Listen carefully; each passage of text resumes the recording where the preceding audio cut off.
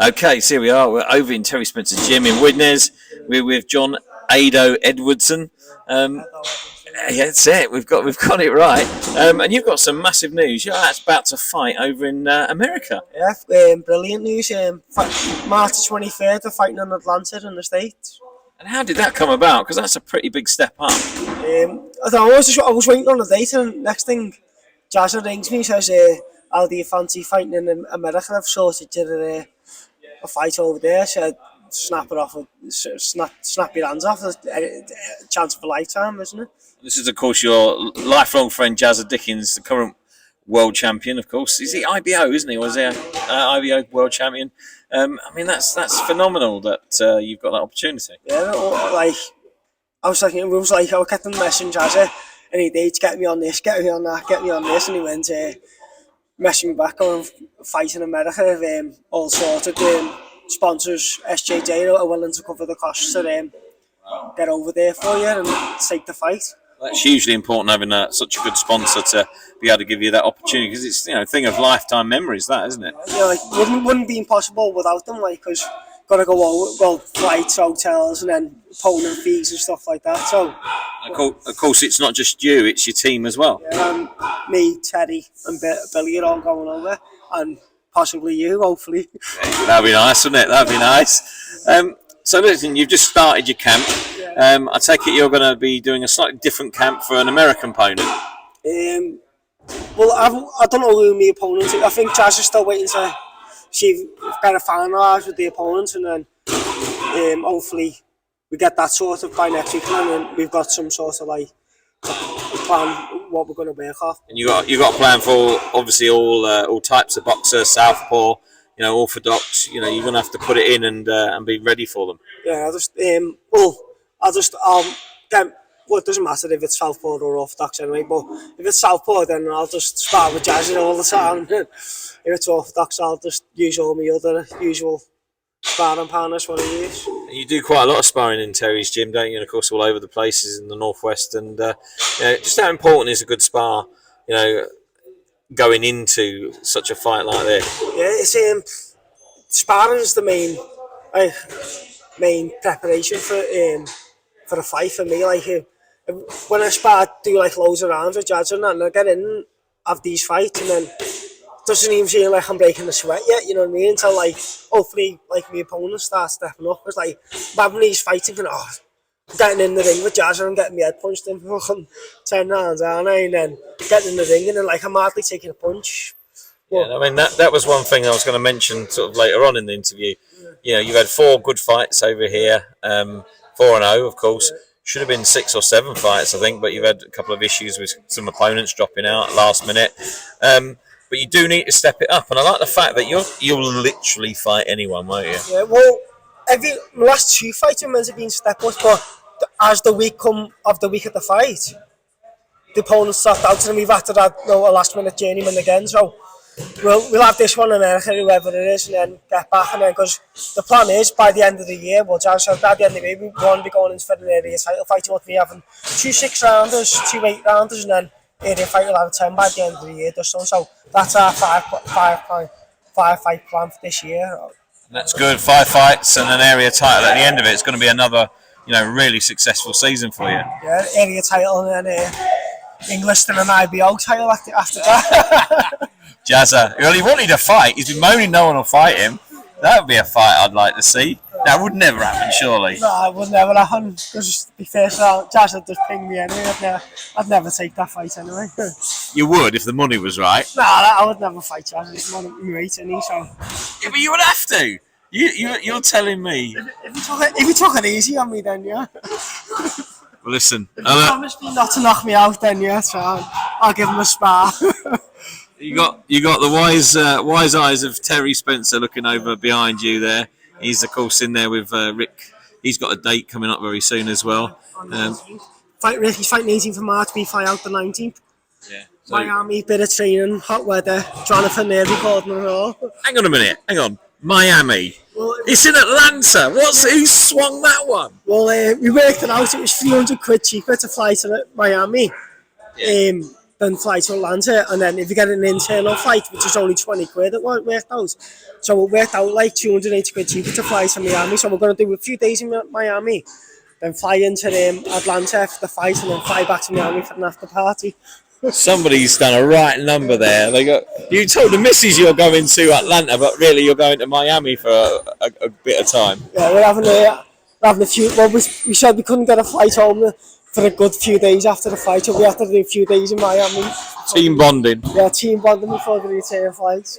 Well, listen, on a serious note, first time fighting abroad, and long haul as well. So you're going to need a little bit of time to go over the jet lag. How does that affect your performance leading up to that fight week? I don't know. When I've been on holiday and over there in Mexico and that, it took me a week for me to come round to it. But we fly out on the 19th and we fight the 20th. We would have probably flew out early, but we couldn't. No, with Ricky fighting on the 18th, but we'll just make it work. Because it's not holiday. When you're on holiday, going over there and you're in the aisle and that, aren't you? So we're going over there straight on to training, so hopefully it won't take us that long now to turn it around now for the jet lag. And I think we'll get over there and hopefully we can have a 6 round on this one, because that's part of our fight deal, isn't it? Absolutely, mate. Absolutely. I mean, that's a cracking. I'm so pleased for you, mate, because you do work hard in the gym, as all boxers do, of course. But it's nice to have an opportunity that will probably give you memories for the rest of your life. Yeah, well. So as I said, if it works out well, then hopefully we can get back over there by the end of the year and have an area title chance over there. That'd be nice, wouldn't it? Now listen, there's been quite a few fights going on, but a lad in your gym that seems to be sort of avoided is Leon. Now, he's a cracking fighter. We saw him over in Liverpool on the Nielsen card, and he had one hell of a fight. And that was a brilliant fight, that wasn't it? Toe to toe for the 6 rounds, that one, wasn't it? And for such a young fighter at such an early stage of his career, that was a tough fight to take, and he came through it with flying colours. What's happening with Leon? Is he going to get another opportunity to get out very soon? Because we really hope he does. I don't know.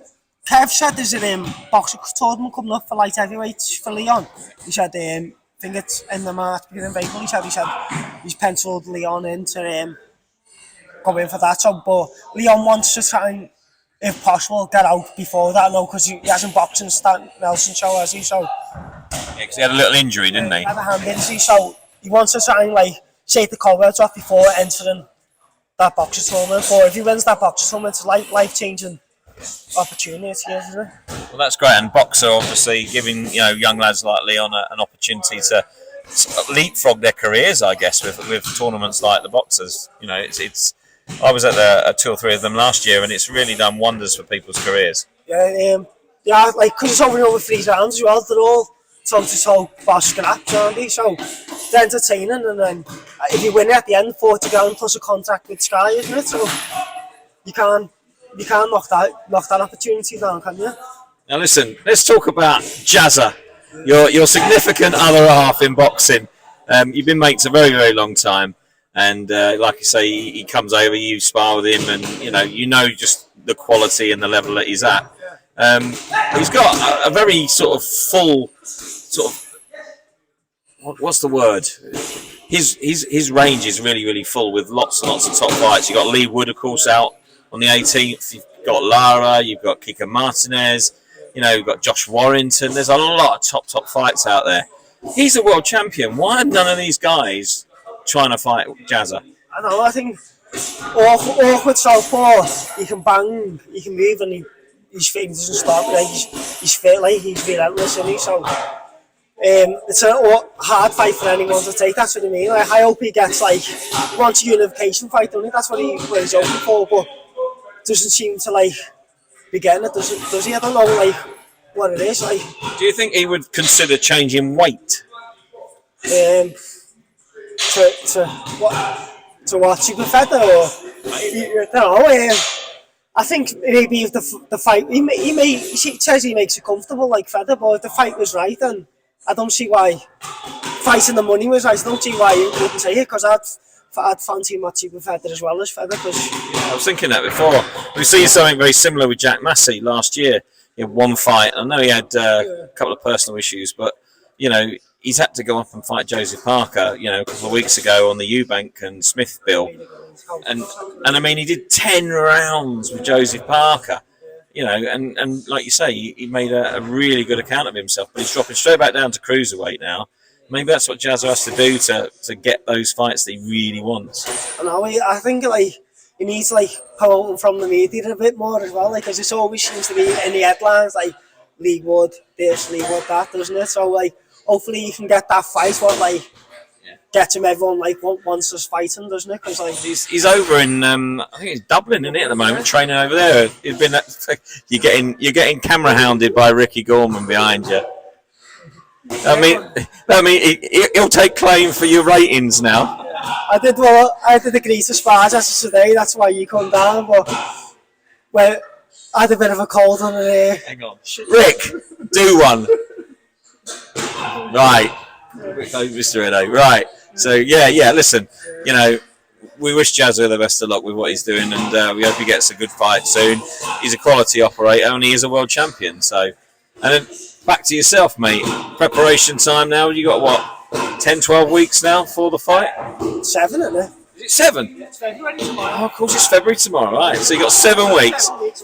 You're going to be put through your paces with Terry, I'm sure. Yeah, definitely. I'm fit enough now. But we just need to get that boxing sharpness back, all the sparring going again now. Christmas is done, and hopefully 7 weeks time, get me 6 rounds. And hopefully, I've always wanted 6 rounds because I feel every time it's been a 4th round, I thought another round or two might have stopped him there, because I feel I was just getting warmed into it, and then it was hopefully in the 6th round that I can get to stop it to what I want, and then hopefully start building up like that. Yeah, and that happens in the early parts of careers, isn't it? Good boxers that could go 6 or 8 rounds that are going 4, just about getting to that stage where they can start making a difference to take guys out, and they can't because there's only 4 rounds. So you're absolutely correct. 6 rounders and 8 rounders is now the way forward for someone like yourself, surely. Yeah, 4 rounds and I said on my first fight I wanted to go straight into a 6, but Terry wanted me to on 4, and then we've always asked for the 6s, but because we've been getting on the big shows, like the Echo Arenas and